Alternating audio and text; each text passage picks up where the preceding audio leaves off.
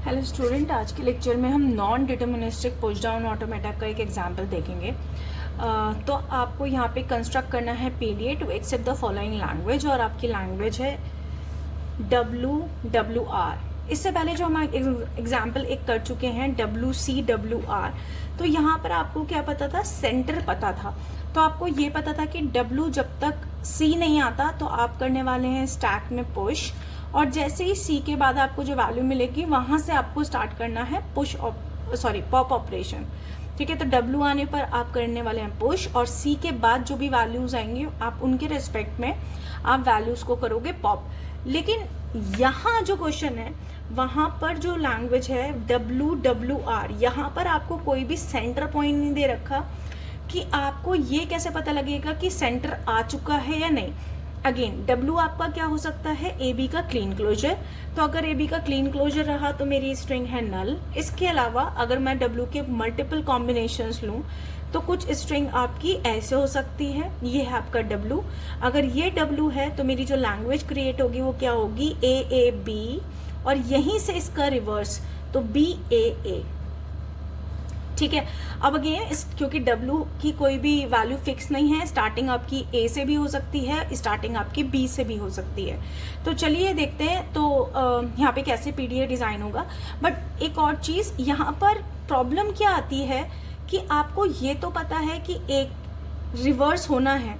ठीक है, आपको पता है कि जब भी आपको टेप वैल्यू मिलेगी आपका बॉटम वैल्यू जो भी सेम होगा तब आपको पॉप करना है। लेकिन आप ये कभी भी पता नहीं लगा पाएंगे कि क्या वो सेंटर पॉइंट आ चुका है या नहीं, क्योंकि आप जनरली देखेंगे कि अगर मेरी टेप वैल्यू और स्टैक वैल्यू सेम होगी तो मेरे पास चांसेस है कि मैं पॉप करना स्टार्ट कर दूं, क्योंकि हो सकता है सेंटर हो।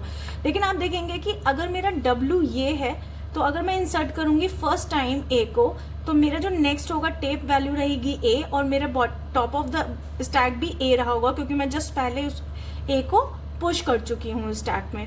तो आपको ये नहीं पता होगा कि आप सेंटर पॉइंट पर आ गए। आप सोचेंगे यहाँ पर सेंटर है, बट एक्चुअल में सेंटर कहाँ पर है, यहाँ पर। तो इस केस में आप जो पीडीए कंस्ट्रक्ट करेंगे वो नॉन डिटर्मिनिस्टिक करेंगे। मतलब कि सेम पॉइंट पर A के लिए अगर वो सेंटर होगा तो वो आपका पॉप होगा, और अगर वो सेंटर नहीं है, ठीक है, तो वो आपका पुश भी होगा। जबकि इससे पहले जो आपने एग्जांपल्स देखे वो सारे के सारे ऐसे देखे कि वन टाइम पे या तो स्टैक पे आप पुश करते या फिर स्टैक में आप पॉप करते। ठीक है, बट वन टाइम में वन ही चीज करते। तो अब देखते हैं कि ये कैसे सॉल्व होगा।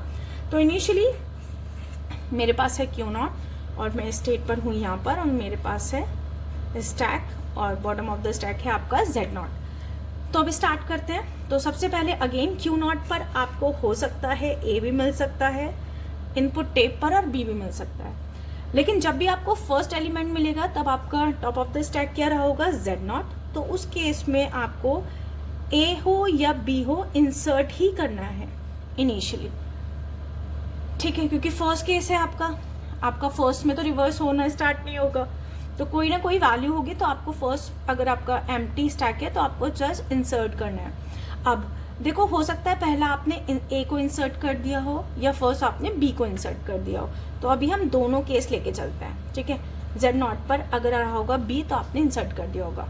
अब देखो, अब आपको मिलेगा नेक्स्ट टेप पर A आप चले तो ये कर्सर आगे शिफ्ट हुआ आपका, तो आप रहे A पर। अब देखो, ये दो केसेस हैं। हमें तो अभी क्लियरली पता चल रहा है कि ये सेंटर नहीं है। तो आपको क्या करना है, अगर ये सेंटर नहीं है तो मुझे सेंटर तक क्या करना है, इंसर्ट करते रहना है। लेकिन अगर ये सेंटर होता तो आप क्या कर रहे होते, A से A को पॉप कर रहे होते। ठीक है, तो मैं इस केस में दोनों के लिए डिजाइन करूंगी। तो वो केस जब वो सेंटर नहीं है उस केस में मैं क्या करने वाली हूँ, आपको मिला इनपुट टेप A, आपका टॉप ऑफ द स्टैक क्या था, A, तो आप करने वाले हैं इंसर्ट।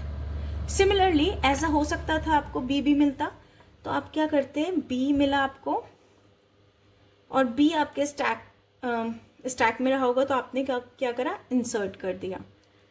इसके अलावा आपको क्या हो सकता था, ऐसा भी पॉसिबल होता कि अगर वो सेंटर होता तो आपको क्या मिलता, टेप पर A या B में से कुछ भी, A भी हो सकता है B भी, और bottom of the stack top of the stack भी क्या होता, B और ए के केस में ए, तो आप क्या करते, नल ऑपरेशन परफॉर्म करते और पहुंच जाते Q1 पर।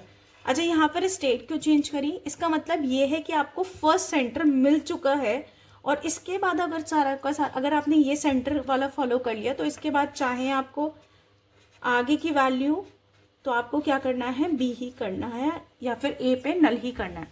क्योंकि इस सेंटर के बाद अगर मैंने ये सेंटर रीड कर लिया और मैं फर्स्ट बी को इस बी से पॉप कर चुकी हूँ, तो आगे का मतलब तो मुझे पता है ना कि मेरे टॉप में इस टेप पर ये होगा और टॉप वैल्यू ये होगी।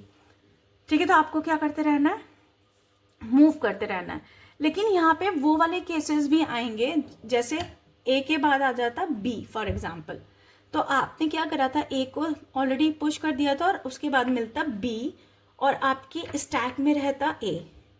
सिमिलरली आपको मिलता ए और आपके टॉप ऑफ द स्टैक रहता बी, तो उस केस में भी आप क्या करते, इन वैल्यूज को इंसर्ट करते। ठीक है, तो ये हमने एक जनरलाइज बना लिया कि क्यू नॉट पर क्या क्या पॉसिबिलिटीज डब्ल्यू के अकॉर्डिंगली आ सकते हैं।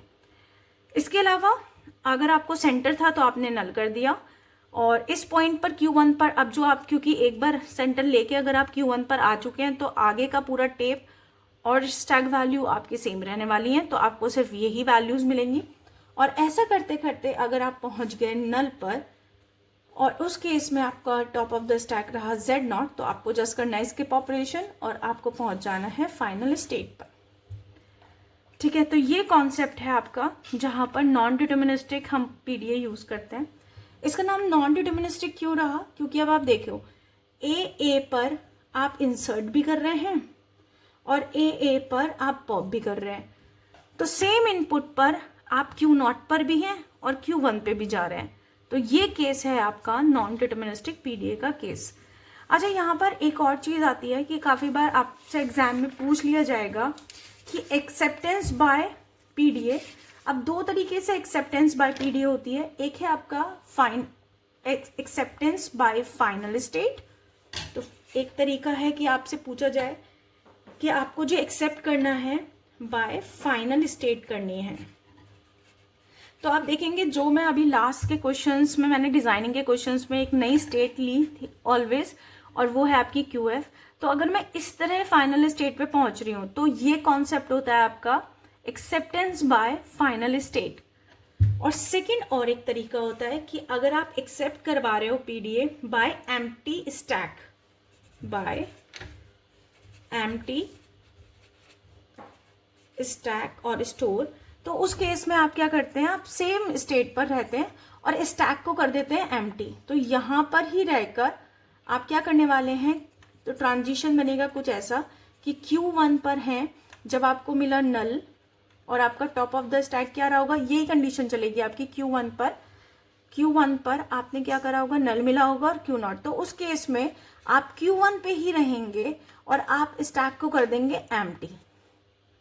ठीक है, तो आपने स्टैक को Z0 को भी उड़ा दिया। अब ये पहले आप क्या कर रहे थे, Z को Z0 ऐसे ही छोड़ रहे थे और फाइनल पर आ रहे थे, तो यहाँ पर अगर आपने इस तरह किया है तो आप इसको बोलते हैं acceptance bye empty stack. Okay, thank you.